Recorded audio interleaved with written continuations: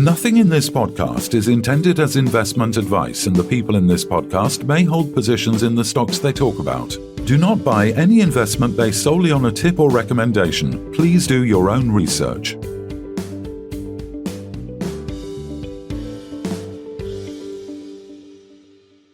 Hello and welcome to the Sunday Roast. It's the 21st of November and today we're joined by successful retail investor Michael Demetriou. How are you today, Michael? I'm very well, thank you, Phil. Great to be here with you both. Welcome, man. Michael. So how's your week been in general, gents? Have you had a good one so far? Yeah, it's been a very good week.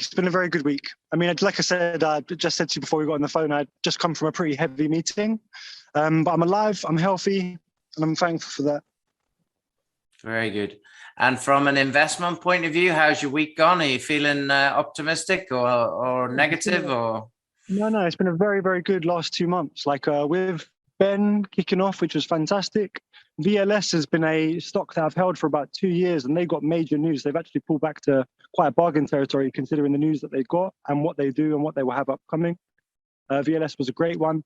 WSPN's news this morning took me completely off guard. I believe the rumours of Australian wet season being a stopper for the drilling. And yeah, they're drilling. I feel last time I checked before the meeting, they was at about 11 pence. They hit 20.5 on anticipation of drilling last time. So I see them having a good run up to drill on the 29th of November. Very good. And if you had a stock that would have been your stock of this year, what would it be? This year has been a very strange year in the market. I mean, I've been investing for 8 years, and I think it's the crypto boom that has really dried out the juniors. And the first half of this year was like, quite frankly speaking, VLS came out the back and just 6-bag for me. So, or 5-bag as of now. And that's one I've been holding, waiting to mature for a long time. So VLS has been good for me, and I think it's going to be very good going into 2022 and beyond. How about and what does VLS do? VLS creates sustainable aviation fuel. So they are the tip of the spear, the Coca-Cola of green airplane fuel. And if you look at the amount of billions of gallons of airplane fuel that's used every year, for them to have signed the recent offtake agreement with British Airways and there was another major airline. Southwest Airlines. Yeah, that's the one. And the amount really it equated to about 3 billion worth of offtake. And that's the first of two. And they've got many other airlines to sign up. As I say, they're the tip of the spear in the sector. So I'm excited to see how they continue to develop. And how are they going to produce that much aircraft fuel? So they have a patented technology and plant that all these airlines can buy from them. They can take their patented technology, they can take black bin waste, stuff that would go to landfills, and turn that into sustainable aviation fuel. Their plants cost around 200 million to create. So if any airline wanted one of their plants, they would invest in their patented technology, and then they could take this black bag rubbish and turn it into SAF. They can help clean up the world. I like being in a company that can benefit, what the future looks like. And obviously waste is an issue. And to take that waste and turn it into money and energy is a good thing. Yeah. No, it sounds very much like Powerhouse Energy, and now the offshoot of that, which is going to be Hydrogen Utopia in Europe. It sounds very similar, only not for aircraft fuel, but for other types of fuel. But that's very interesting. Why do you invest? I invest to live life on my terms. I see everybody working for somebody else, or the majority of people working for somebody else their whole life. They have to say yes to things that they really want to say no to. And they can't say yes to the things that they truly want because they can't afford to. And for me, I just want to live life on my terms. I look generally about money and I think, what is money? Everyone's going to work. And really it's a case of you provide a service with your specialized knowledge. If I wanted to be an electrician, I can study to be an electrician. I can charge electricians money. If somebody wants to be a successful stocks and shares investor, then they can acquire that specialized knowledge if they're willing to put in the thousands of hours and use that to their benefit.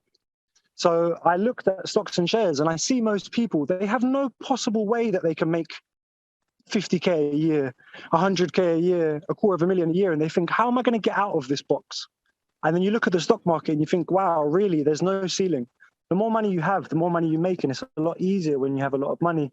But ultimately, it's a no ceiling place that you can play. And if you continue to accumulate and compound your knowledge, experience, and you do it over the years, it can be a means to freedom, financial freedom.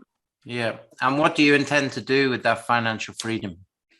I will be the best dad that I can possibly be. I see that working is exhausting, and coming home from work and being tired, that was never going to be my style.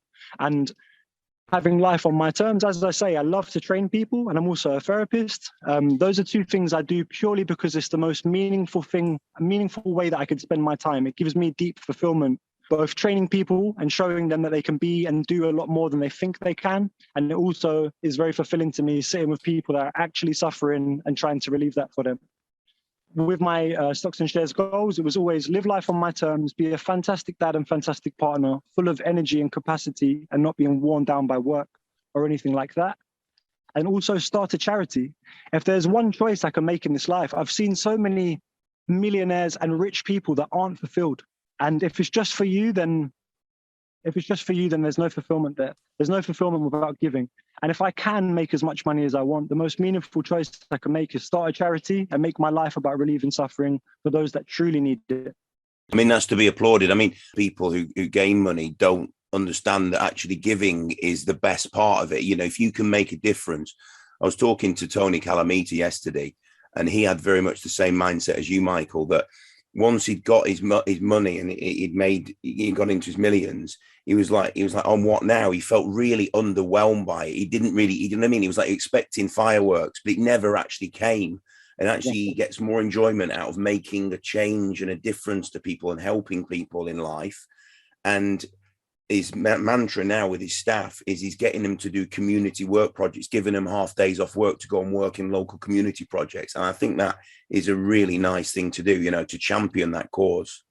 Absolutely. If we all had a we mentality, if we all looked after each other, then it'll be a better place. But most people can't because they have to think about themselves. They're too strapped with their own financial, energetic restraints, working to be able to think about anybody else other than themselves. If they're lucky, just their family. And I thought to myself, man, if you had financial freedom, you can say no to a lot of things. And yeah, like I said, a lot of people, they need to buy the car, they need to buy the stuff just to realize that it's unfulfilling. And they need to get to that place to realize, wow, some people, what is a little to me is a lot to somebody else. And if I give it the happiness that you see in them, yeah, it in turn gives happiness to us. It's funny, isn't it? Because you don't really get many billionaires who are actually that generous. But people like Bill Gates have got to be applauded because they really do have a lot of work for charities and give out and help with vaccinations and drugs that will help, you know, malaria and things like that. So, as I say, I don't think there's many that are doing this. Absolutely. I completely agree with you. I mean, I look at the Tony Robbins of the world and he takes these depressed billionaires and millionaires and shows them that they can find fulfillment through giving. And he takes them to the people that are suffering the most, gets them to look them in the eye and have a real personal interaction with them, just to drop so that they have experiential gratitude, so that they truly know what they have rather than just counting your blessings and not really understanding what it means. You know, I know every night that I sleep warm in my bed, somebody is outside cold. I know every time I eat in a restaurant, whatever restaurant I want, somebody's sitting on the streets. I feel like a king. Yeah. And what fulfillment is there if there's no sharing? So yeah, and we've sort of gone in a society over the last 30, 40 years that it's I must have this before I've earned it. You know, before I've got the money to pay for things, I must have it. Not everyone deserves success. Everyone wants the reward and they want the fruit, but they're not willing to put in the work. Only what is truly worked for and truly earned is deserved. Anything else, people want to get lucky, you know? It's funny. I was having this conversation with a mate of mine who's got a big business and he's trying to get staff on and hire new staff. And he gave them the choice of taking a flat wage of, say, £2,000 a month after tax, so net, or to take £1,000 a month, but work on a commission where they could earn £6,000, you know, if they did the sales and hit the sales targets. Now, you and I would take the minimum amount, but we'd work on the commission basis because we want to succeed, right, and earn more. Most of the staff went for the flat rate, knew what they were taking on, weren't bothered about hitting. They were just turning up, doing the minimum and taking the wage. It's like, what sort of mentalities? There's no growth mindset. Exactly. Who dares wins. And some people are hungry and they want more. And some people are meant to be I use my words carefully. Some people just prefer certainty and security. The two biggest addictions in the world is heroin and a 9 to 5. But who dares win? Sometimes in life, you have to take risks, and they pay off if they're smart. The point I was trying to make was that we actually try and give ourselves the reward before we've earned them. So just like you will buy that car before you have the money for that car, you will buy that big house when your house that you're in is quite fine, and you will go for a bigger mortgage. You will do all of these things, and then you trap yourself, which is what you're saying, financial freedom. That there is no financial freedom in this. I mean, I don't have a penny of debt on purpose. And the reason why I don't have a penny of debt is because I've been there and I don't like it. It's really horrible. Now I drive a very old car because I haven't got the cash to buy a new car or a car.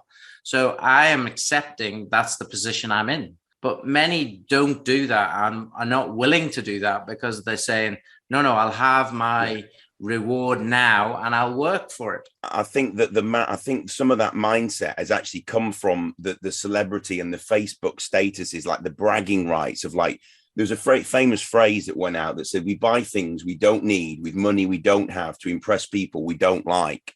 And that is you've got to get your head around that. And that is a fact. That is a big fact. That's a very good statement. I've heard it before, but yes, it's a very good statement. And how much time do we waste working to pay off those things that are rotting? Like, I mean, I had this discussion with somebody today actually about car. The worst possible investment you can make, other than these classic cars now, is to buy a car with a big loan on a depreciating asset and continue to pay the interest and the loan on your car. It's mental. You lose both ways. You have an asset that's going down in value and that you're driving, and okay, you're getting a use from it, but at the same time, you're paying more for the car every day when you pay the loan. So the phrase I use is you rent a depreciating asset. So you're absolutely right. I mean, now whether you take a car loan out on that or you pay cash. Now the other argument would be you can afford to say go and buy a 20 grand car and pay cash outright. But why would I tie up £20,000 of what is working capital or money that can be working for me in investments that I could probably do a double return on investment in that within 6 months if I invest it correctly and in the way I would do? Why would I want to tie 20 grand up in a car when I can just rent or lease that vehicle for £300 a month? And it's depreciate. All I'm doing is paying off the depreciation anyway on a lease deal. So for me, leasing a car of that value makes perfect sense because I'm not tying up that capital in it that's going to be earning me more money in the future. Yeah, I agree. I agree with that philosophy. I mean, that makes sense. But most people I want to own my car. It's mine. And I will put a deposit down and then I will pay £300 a month. And then at the end of 3 or 5 years or 4 years, I have an asset which is worth probably the same as my deposit was in the first place. Yeah. Anyway, and so yes, I got to use it, but is that the wisest way to invest? The wisest way to invest, as you say, like some people, before they even buy a property, they're buying a depreciating asset. But some people, I know somebody who they only treated themselves to a nice car after they had bought 10 properties. Some people haven't got the growth mindset. And most people that are putting themselves in debt to get flashy cars is to try and impress people that don't care. There's not lasting fulfillment in these things. The way that I see it, it's like people make more money, they spend more money on things that they don't need. So it's like you can work per hour, and if you get a larger hourly wage, you're just going to get a bigger car and a bigger house. You can say, I don't need this stuff, and you can say, this is what I need, this is what I want. You can do what you love, which is fantastic. You can invest in things that will give you passive income, like properties, or you can invest in the stock market. I'm investing in somebody else's good company. And if their good company grows the way that it looks like it will before I invest, then I get to be a beneficiary of that. Fantastic. It's like I don't need to start my own company or I don't need to work for somebody. I can just invest in somebody else's good company and reap the benefit from it. And that is for the roots of stocks and shares investing. Yeah, and the exponential compounding of that money is where you really make it. I mean, how much money did you have 8 years ago, Michael, to invest with? Exactly. The money makes money. It got a lot easier when I had a £50,000 portfolio, but before that, it was difficult. Turning 8 to 20 is a lot harder than, turning 100 to 150. Yeah, 175. A lot easier. Yep. The more money, it does make it. It can make it easier and harder because you can lose a lot more money as well. But at the same time, you can wait as well longer. I think you can have more patience in what you do. If I had to give you 3 stocks that you would put a third of your portfolio in, which would be crazy, I accept, but you put a third of your portfolio in each one now, what would the 3 stocks be? Okay. I would start with EMH, European Metals Holding. They are the largest lithium mine in all of the UK and the 4th largest in the whole of the world. You've got to really get your head around that. The 4th largest in the whole of the world, the largest in the UK. They have 708 million tons. It's about 450 measured and about an additional 350 indicated, 708 million tons of hard rock lithium ore. That is ridiculous. If you look at its peers, if you look at Savannah, if you look at a lot of these other European companies, lithium mines, their resource dwarfs all of it. They have a 51% partner in the Czech government. It's actually a company called ČEZ. It's a 13 billion market cap company. They're 70% owned by the Czech government. And ČEZ is the country's power company.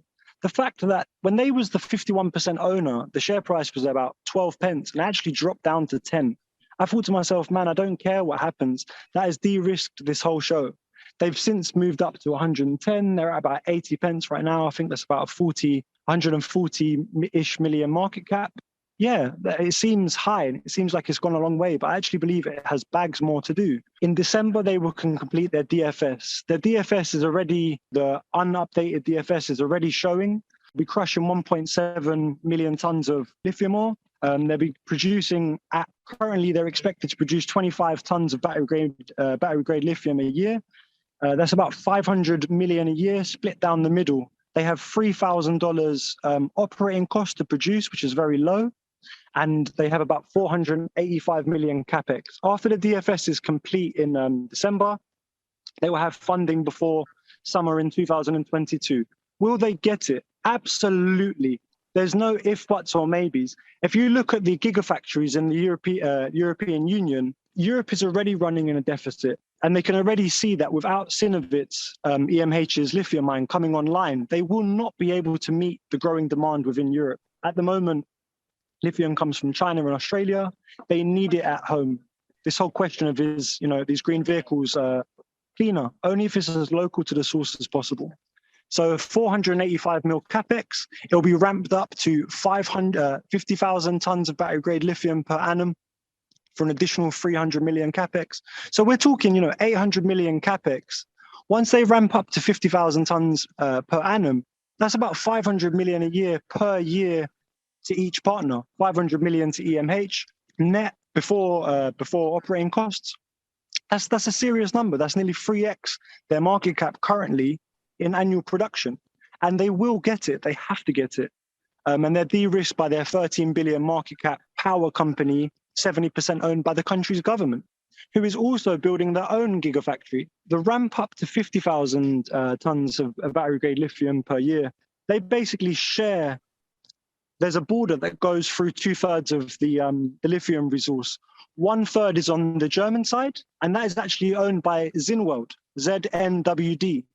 And EMH have constantly spoken about synergies between the two, that it makes sense to only have one plant and to either merge or buy out ZNWD.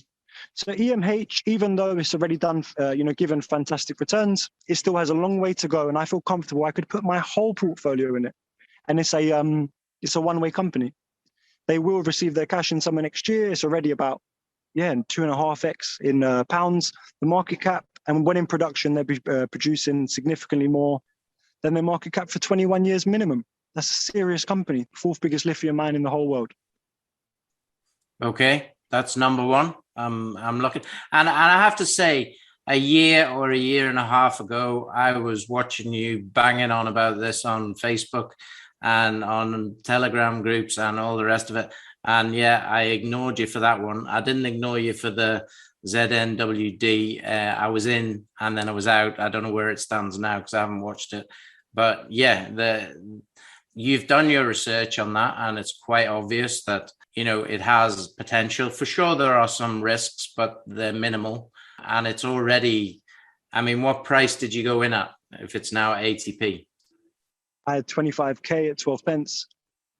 Okay, so you've made a lot of money then, so 6 times roughly. Yes. And you haven't de-risked, you've left it all in, or it's coming out? I sliced half at 110 pence, and I'm leaving in the rest for years upon years. Okay, so you nearly 10 bagged or 9 bagged, and then you took half your money out and left the rest to run. And as I say, I believe there's still quite a few bags left in there. And in terms of safety, in terms of, I can go chasing some small market cap company that's drilling something that might multi-bag if everyone gets behind it, but I'm not interested. It's not good for your heart rate. But like I said, a company like EMH, I can put my whole entire portfolio in it, leave and go traveling for 2 years with my family and come back, and it's a one-way company. As I say, I can show you where Europe will be in deficit if Synovitz doesn't come online. It has to. It absolutely has to. So, and as I say, the synergies with ZNWD, if I make that my second company, it's a giant German lithium mine.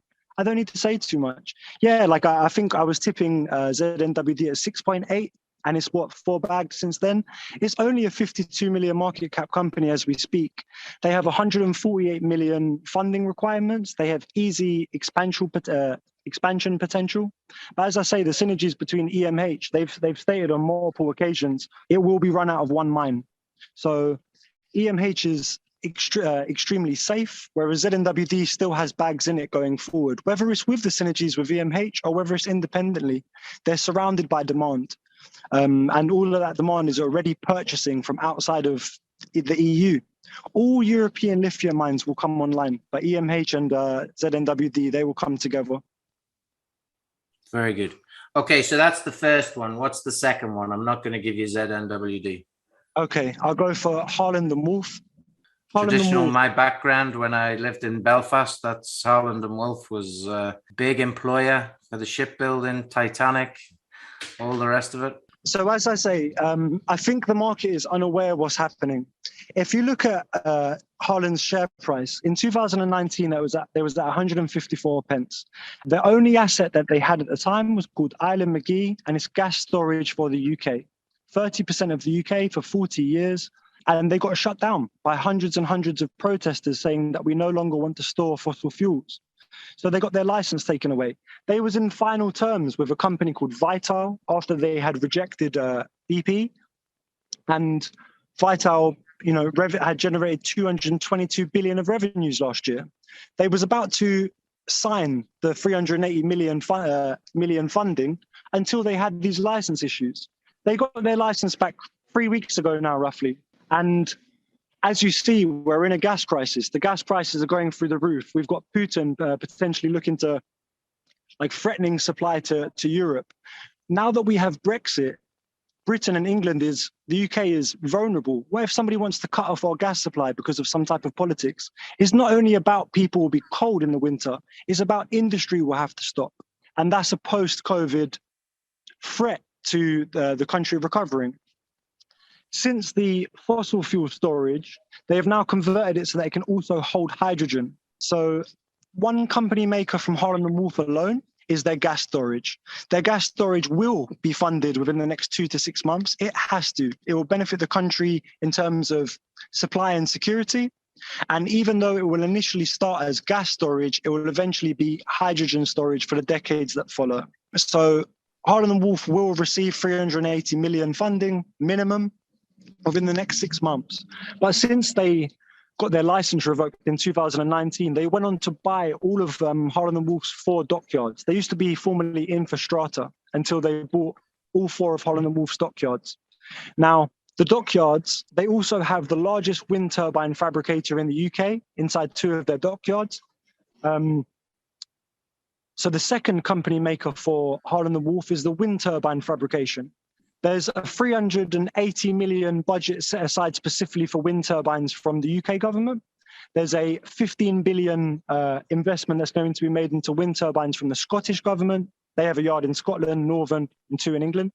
And there's the Northern Ireland Climate Action Spending Review. There's going to be multi-billions going towards wind. Wind is the future. And also it is through electrolysis, they produce hydrogen.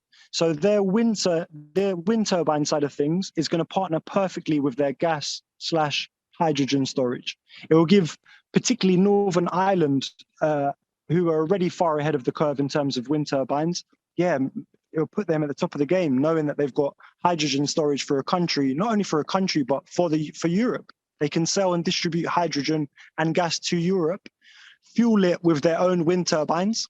And wind turbines are going to be massive. They're in shortly about to conclude a joint venture with a wind turbine major called Navantia. The gas is one company maker, 380 mil funding coming in 6 months. The wind turbine fabrication, companies need to, there's a push to have your product made in country. So governments and countries within the UK want it to be built inside, but also outside countries in Europe. There's not hundreds and hundreds of people that build these things, and a lot of people are already booked, and customers are starting to realize we need to book in our fabrication for our wind turbines because there's not loads of people to meet the demand. They will shortly start receiving large wind turbine contracts, of which they're currently in negotiations ranging from 30 to 200 million. There's a lot of hints and clues that the first one is going to be a large one this side of Christmas, looking to optimize and utilize all 4 docks. So, 35 mil, 34 mil company receives a 160 million wind turbine contract tomorrow. Fantastic. It'll be the first of many. The wind turbine side of things can send the company crazy. They build ships. They're one of 5 companies within the UK that can build warships for the Ministry of Defence. The Ministry of Defence announced a 24 billion budget 3 weeks ago to go towards a British shipbuilding reconnaissance. Boris Johnson is constantly speaking about making Britain the foremost naval power in Europe and speaking about this British shipbuilding reconnaissance. He's mentioned Harlan Wolff's name multiple times. I've got him wearing their uniform. This 24 billion budget, like I say, there's only us and 4 others that can meet the requirements to build these warships. And the promise was that 100% was going to be made in the UK. They're already saying that 25% has to be outsourced. And the politicians are saying, you lied to us. You said it was going to be built inside the UK. And they say there simply isn't the skills to meet our 100% built in-house requirement. So that basically means if they're already having to outsource some outside of the UK, the 5 that are currently available to build these warships from the 24 billion budget, they are going to have their hands full. The spending, how that money is going to be spent is going to be released in December. We're in tender for 15 of those MOD contracts. One of them is valued at 1.5 million. There's only 3 other competitors for that one. It's just a matter of time in 2022 until they start winning these large MOD contracts, and all of them are going to be valued in the hundreds of millions.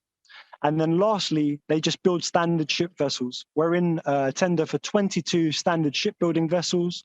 2 are going to be announced if we win them before Christmas. One is called the Silicon 4, and that's a 200 to 250 million ship. The other one, I'm not sure who is for. But as I say, out of the 22 shipbuilding budgets, that is going to translate into multiples of revenue for the company.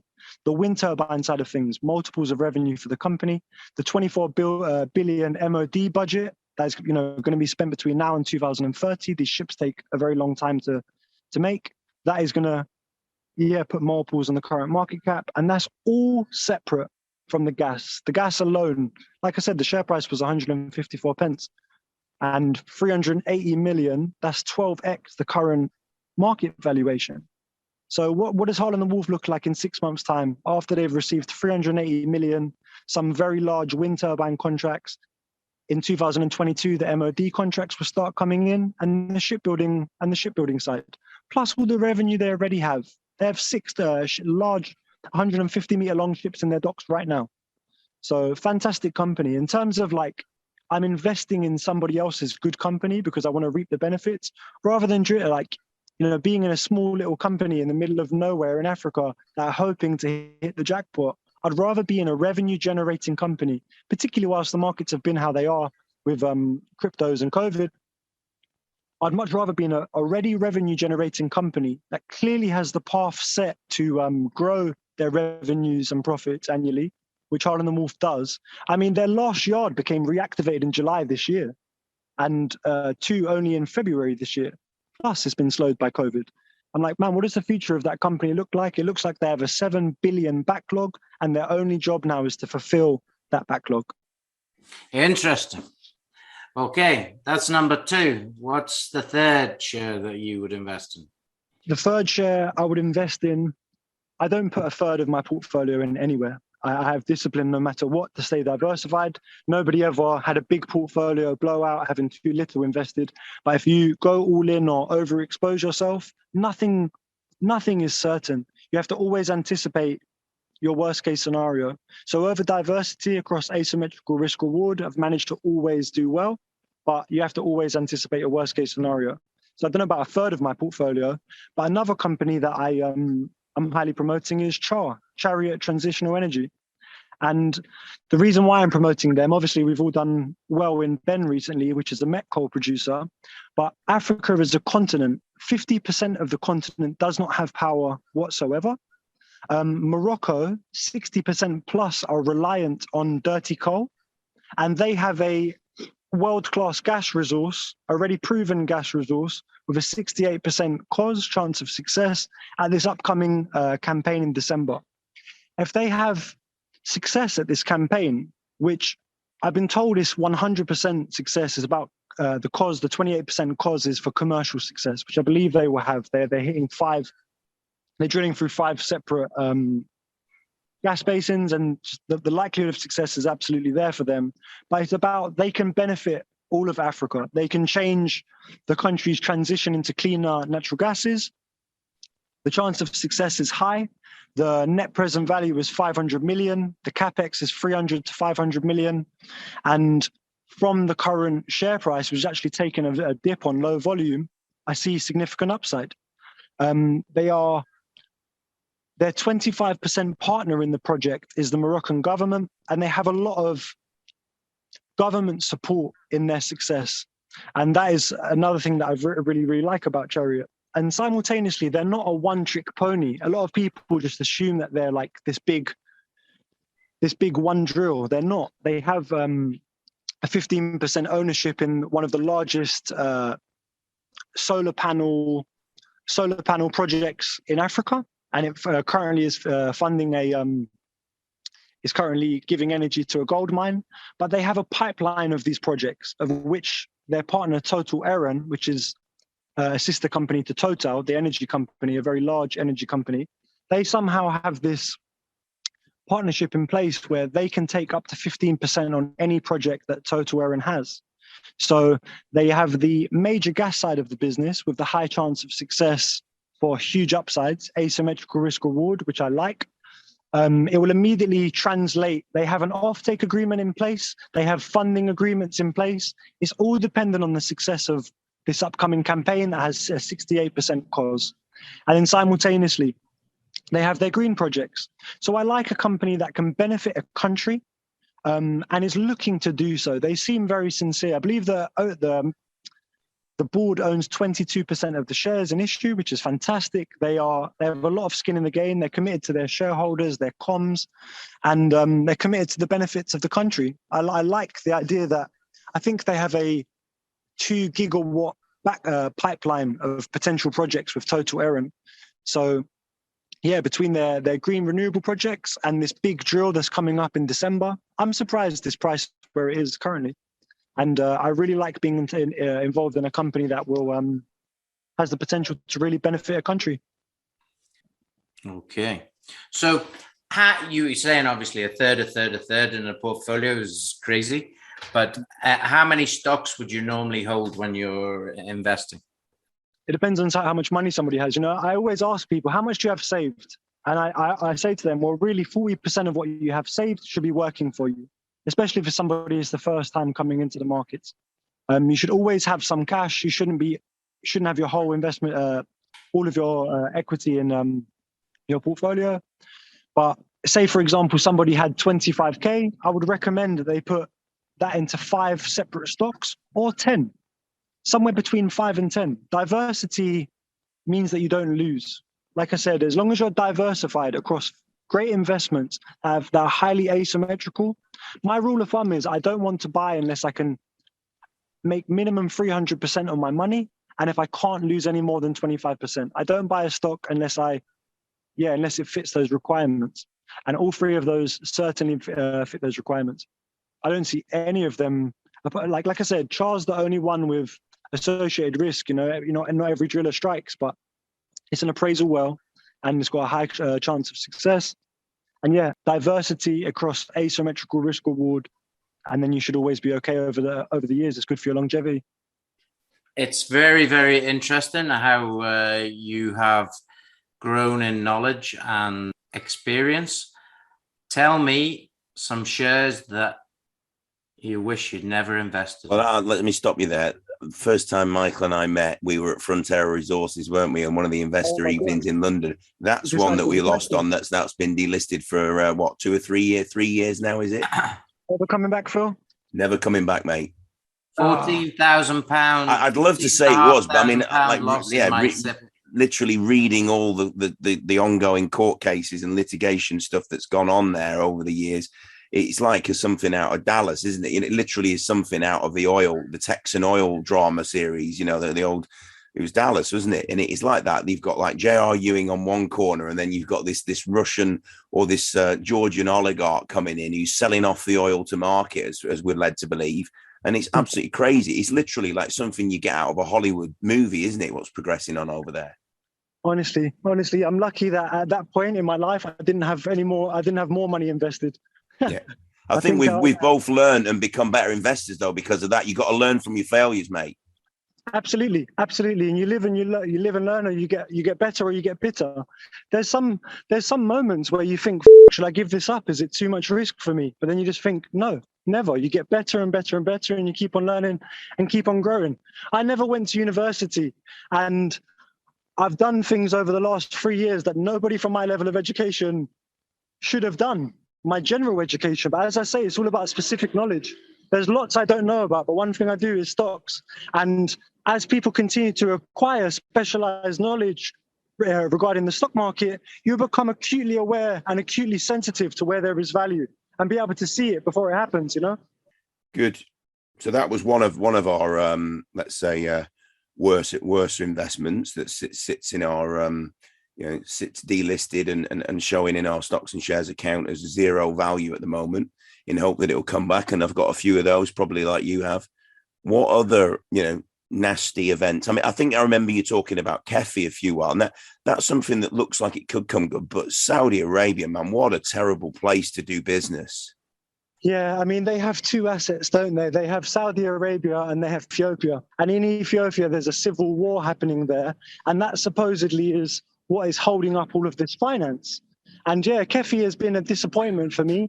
I mean, I was taking quite large positions at 0.66, so it did good for me overall. But yeah, just the constant delays after delays after delays. Kefi is now in my book as a green light. If they do get that funding, it's currently priced to fail absolutely. So if they do get the funding, which is 356 million, they're currently valued at 20-ish million today, and that's separate from their Saudi asset. I mean, the way that the crossover is happening, if you look at the grades from their Saudi asset and the size of it, they have that to kind of, right now their market cap is only really incorporating their Saudi asset, and it's not even considering Tula Capi, their gold mine. But if the funding does come, it's a green light for boom. If you had to choose another stock that you would invest in going forward, that you think, okay, this has got really good potential, what would it be? Well, even today, like I said, we had WSPN's RNS. That was another one that let me down. They were saying about drilling shortly. We had the build up to 20 pence a share, 20.5 pence a share, just to have the drilling delayed. all of a sudden, out of the blue, now they're drilling in 10 days' time. So, and the key thing for me at WSPN that separates them from other gold miners is that they're drilling in the Patterson Ranges in Australia. And if anybody's seen the success of Rio Tinto or GGP in that area, they know that the Patterson Ranges is a very hot mining district in the world. Then simultaneously, they're drilling out of Newcrest's mine, which is GGP's joint venture partner and is a gold major with a 10 billion plus market cap. By the nature of drilling out of GGP's mine, which is also has more processing capacity than what will be met by GGP's Havieron. So even if they're taking the ore from Havieron, they still have more processing capacity, hence why WSPN are drilling out of their mine. If they have success at either of their two large Patterson Range assets, then yeah, the 20.5 was hit on anticipation of drilling, but we always knew that the upside from there, that company would turn into a 100 million market cap company. And today is still, I haven't checked for a few hours, but still valued far off the 20.5 previously hit. And now they're actually 10 days away from drilling. Well, on that note, thanks very much, Michael. It's been a pleasure talking to you. Yeah, thanks, Absolutely. Michael. God bless. Absolutely. God bless you too. Thank you so much for having me. Have a wonderful rest of your evening and weekends, and we'll speak soon. Thank you, gentlemen. Take care. Well, that was quite an interesting chat, wasn't it? It's a nice guy, Michael. As I say, when I met him in London about probably 4 years ago now at the investor meeting, we got on well, and we had a good chat with other investors after the event. And sort of the first time I've seen him, well, in terms of through a call face to face in about 4 years. So it's good to catch up with him, and I like his attitude. What a great guy, giving something back, and then setting up a charity with his funds. I mean, what a humble bloke. Yeah, no, I've liked Michael since I met him on the chat boards and had conversations with him and friended him on Facebook and stuff. So. Yeah, he's a good soul, and I think he's very committed to what he invests in. He really thinks and is committed about the funds that he has, or the investments he has. If you're on any of the groups, you'll see how committed he is, and he wants to give everybody the information. Yes, some people see it as overkill, pumping the stock and stuff like this, but it's not, because with Michael, it's all specific. These are the details. You make your own mind up. But there's a difference between pumping something, just banging on about the same old thing. But he's committed to doing the research. He puts in all the due diligence. He's completely, everything he buys is a conviction play. He's not going to be the sort who just go, I'm going to bang a couple of grand in on a punt stock. He's only going for stuff that he's committed, he's researched.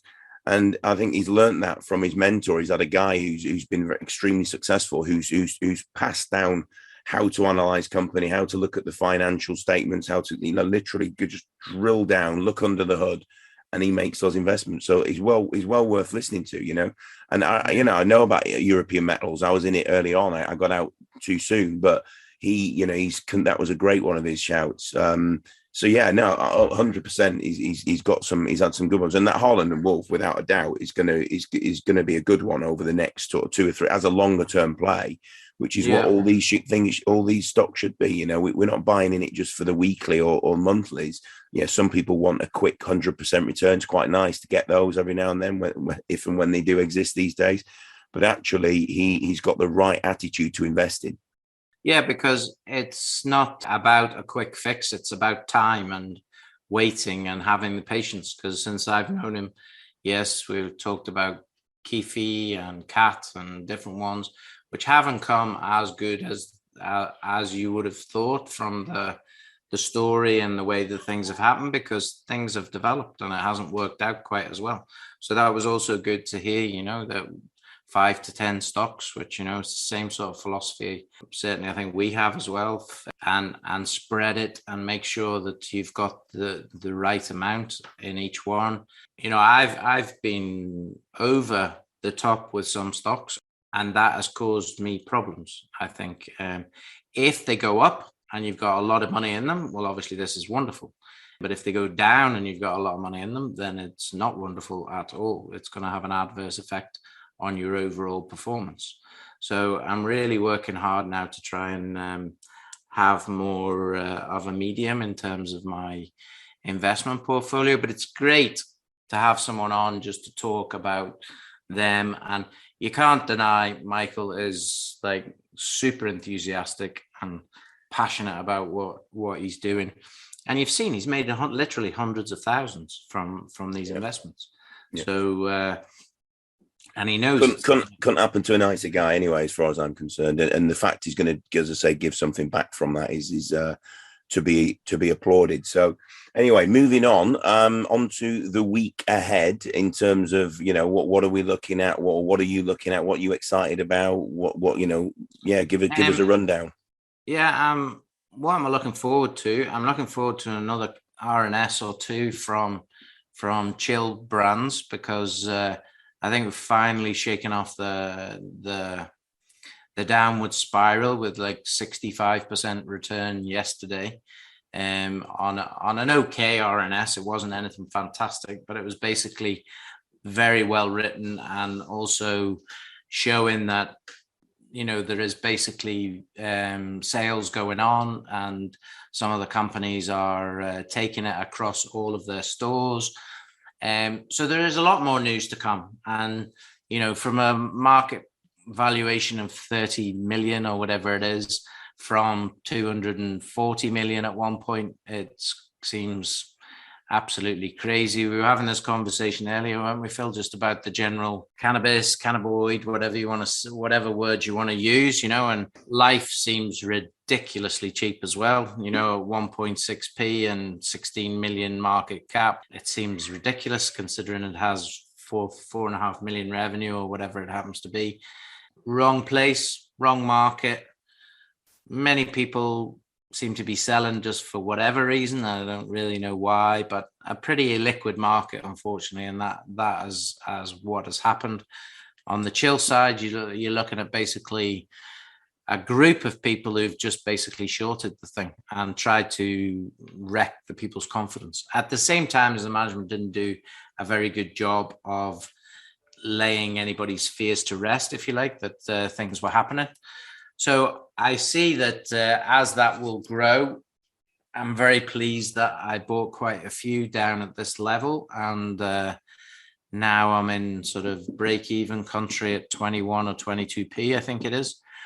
So I'm still underwater, but I'm hoping within the next week or two and going forward, certainly before the year is out, I expect to be in profit again in this stock. I just hope in general that the market sort of, we do have a Santa rally. Somebody mentioned it this week about having a Santa rally, because the market's been depressing for me anyway, from about March, April onwards. There's only one way that most of my portfolio's been going. I have had some wins. Ben has been a real result. I'm trying to think what else has actually won in the last while. It hasn't been very many, let's put it this way. So, good that you've had one win, and one win can maintain the value of your portfolio, even if other stuff's going down, which is a positive. I think we've said it before that if you have one real winner, let's say anything from 3 to 7 bags or 10 bags in your portfolio, then you will not lose in that year. You will basically not lose. You're going to have an up year. If I look at my portfolio value today, I think I'm exactly break even for the year. But at one point I was 50% up. I think that's why the importance of going cash helps is something that, I did quite a lot of that back in May. It felt like that was the turning point on the market. And I reduced the position. I think that's always important to do. Obviously, hindsight's, not a wonderful thing. It's actually a very frustrating thing. But I'm glad I did that this time. It enabled me to have cash for some of the bargains that you've just mentioned. For instance, Love Hemp dropping to 1.6. What a joke! And hopefully I'll look back in a year, 2 years, 3 years time and think, can't believe the gift that was given at that. The last raise was at 3.5p and it's now at 1.6p. I mean, that just says it all.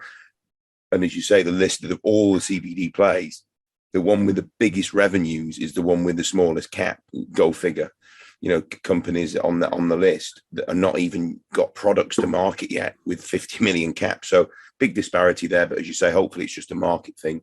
In terms of what I'm looking at next, well, not looking at, but actually looking forward to next week or the week after or going ahead in the future, is that Ben potentially, as per the last RNS, will have or should have the high wall miner in place on site, getting first coal from the mine. And that's going to be exciting to actually see maybe some pictures of the high wall miner in situ, mining the met coal.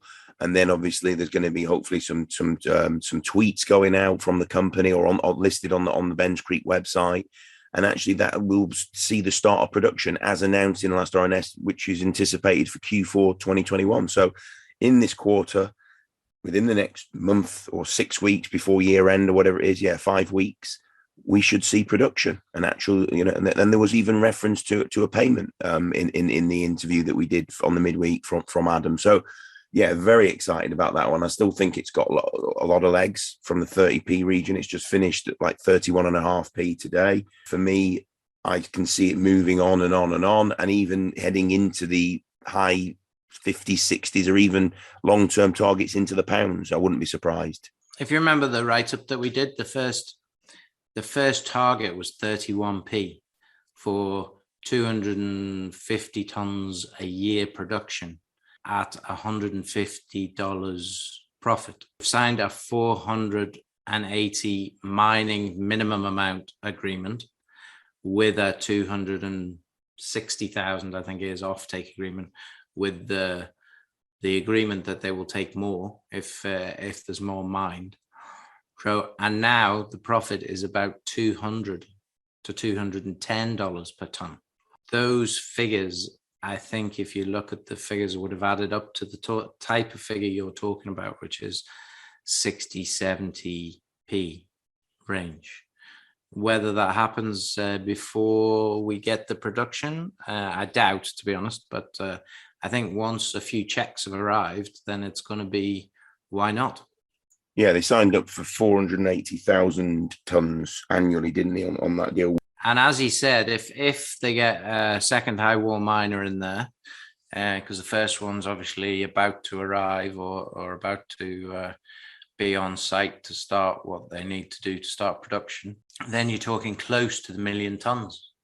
And based on, again, the $150 range, you were talking about a share price of £1.14. So, yeah, I think it's got a lot to give. Going back even to what Michael was saying, this is a real revenue producing business. Not yet, but as soon as they dig that first coal, it's going to be revenue producing business and profit business, because basically it's got no debt at all. All of this infrastructure is basically come with, for the price of a $2 royalty per ton. And effectively, they've got no debt. So everything is going to be cash in the bank.